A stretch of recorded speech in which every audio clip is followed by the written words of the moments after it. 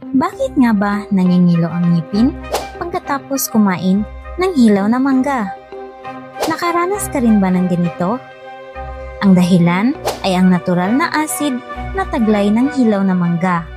Mayroon itong citric acid at malic acid na nagbibigay rito ng maasim na lasa. Kapag kinain natin ang hilaw na mangga, ang mga acid na ito ay pansamantalang nagpapalambot sa enamel. Ang enamel ay ang matigas na panlabas na proteksyon ng ating ngipin. Kung ang enamel ay manipis na o kaya ay umatras ang gilagid at nalantad ang dentin, doon nagsisimula ang pangingilo.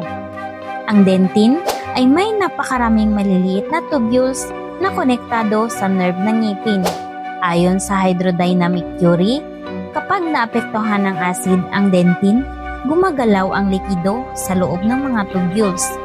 Ang paggalaw na ito ang nagpapadala ng signal sa nerve ng ngipin. Kaya, nakakaramdam tayo ng biglaang pangingilo.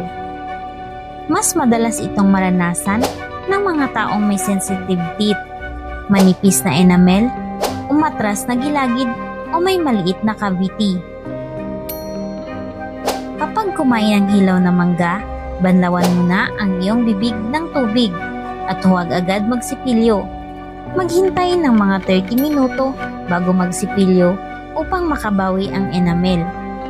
Kaya, ang pangingilo pagkatapos kumain ng hilaw na mangga ay hindi basta haka-haka. Malinaw itong siyentipikong paliwanag.